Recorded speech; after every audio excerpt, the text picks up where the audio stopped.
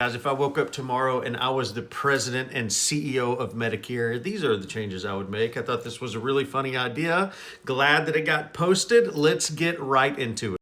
All right, let me be very clear up front. This is not a political post. I don't care who's in power or what side of the wing is in office. That doesn't matter to me. This is just if I woke up tomorrow as the head of CMS.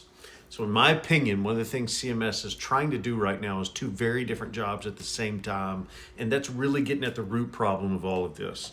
So right now you've got CMS that's setting policy, right? The rules, the guardrails, and the intent behind the rules that plans to have to follow or carriers have to follow. But CMS is also indirectly governing their operations through star rating mechanics and risk adjustment rules and their MLR thresholds and prior auth frameworks and network adequacy enforcement. The problem is when CMS's policy goals are changing every 2 to 3 years, depending on who's in office, but their operational incentives are lagging 2 to 3 years behind, then carriers don't have enough time to adjust their behaviors. They just kill their plans. And it's not fraud for a carrier to do that. It's an incentive design failure on the part of CMS, and the carrier's just responding to it. All right, let's talk about a second problem, and this is a multi-billion-dollar problem. I'm pointing out star ratings. So star ratings' original purpose was to measure the quality of a plan, and that's the goal, right? Essentially, though, they've become a revenue survival mechanism for an MA carrier. So right now, star ratings pay bonus dollars to MAOs or Medicare Advantage organizations based on how rich the benefits are in the plans, the agent comp sustainability, network investment, the market exits, et cetera, et cetera.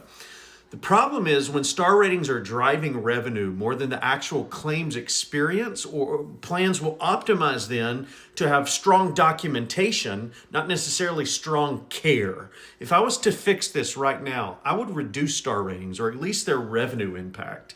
I would tie those star ratings more tightly to avoidable admissions or continuity of care and appeal overturn rates. I would remove the administrative checkbox inflation. Right now, a plan can be clinically average, but administratively elite, and that's backwards. We want star ratings to reward you, right, for being clinically elite, not just on paper elite. So let me give you a strong example of this, because this was happening a decade ago when I was slinging MAs. Right now, star ratings bonus a carrier based on their network adequacy. The problem is that network adequacy is only on paper. Seniors might experience something else in the real life. So right now, when you go to pull a provider directory, that doesn't necessarily mean access for a member.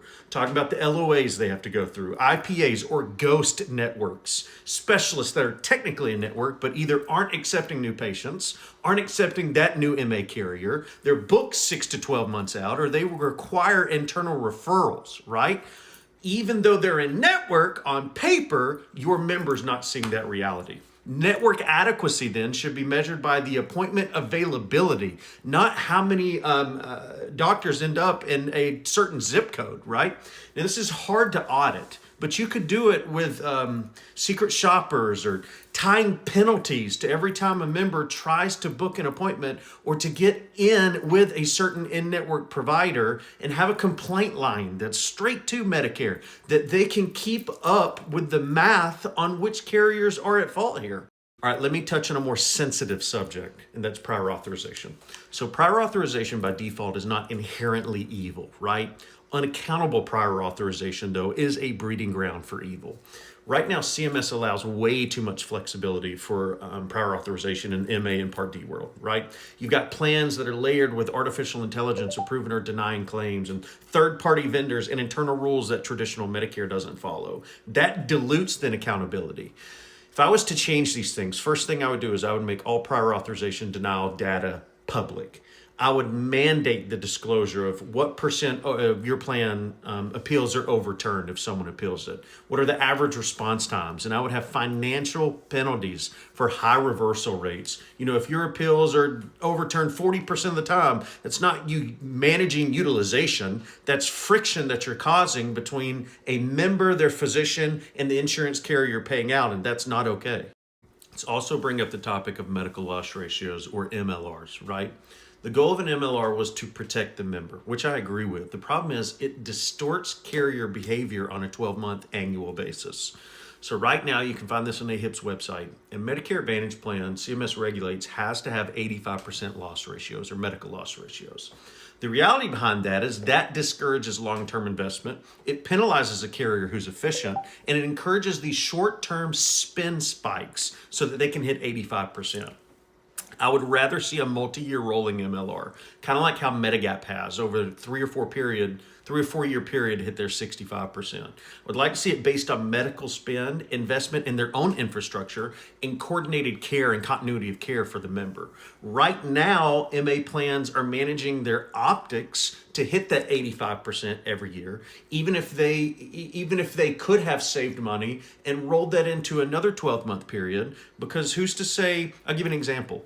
In 2020, to hit an 85% MLR wasn't that easy when a lot of people weren't going to the doctor or hospital. But now we're seeing it in 2022, 2023, 2024, when everyone who, because of COVID, hadn't gone to the doctor, hadn't gone to the hospital, maybe hadn't got their wellness visits, maybe hadn't got any physicals. Now they're being diagnosed with stage 4 cancer or these major diseases that weren't caught because they were afraid to go to the doctor in 2020, 2021, 2022. So we're seeing these major medical loss ratio spikes that if MA carriers had been able to keep back some of that money, maybe in some kind of fund that they could spend today, it would have softened the blow that they're currently experiencing.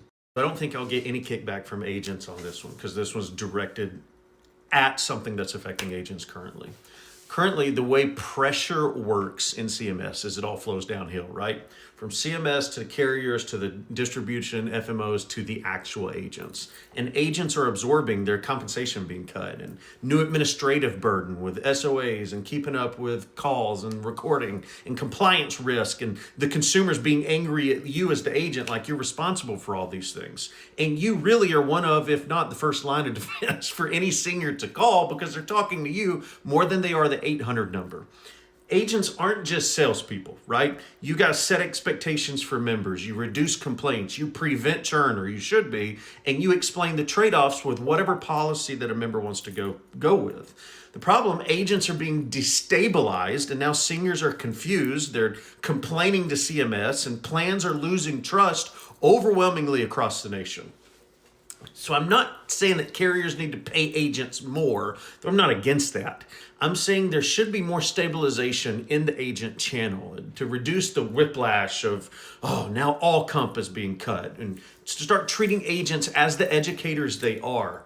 The agents have not created this systemic problem that would cut compensation, but you're being asked to absorb all of that. So if I was the head of CMS, I would require carriers that filed during bid season that they would pay agents to continue paying and at least see that year through before they consider cutting compensation. And speaking on some of the things that agents do that are kind of redundant, I don't understand the value behind a scope of appointment. Your agent ID number is already tied to whoever the enrollee is or the member is that you're bringing in.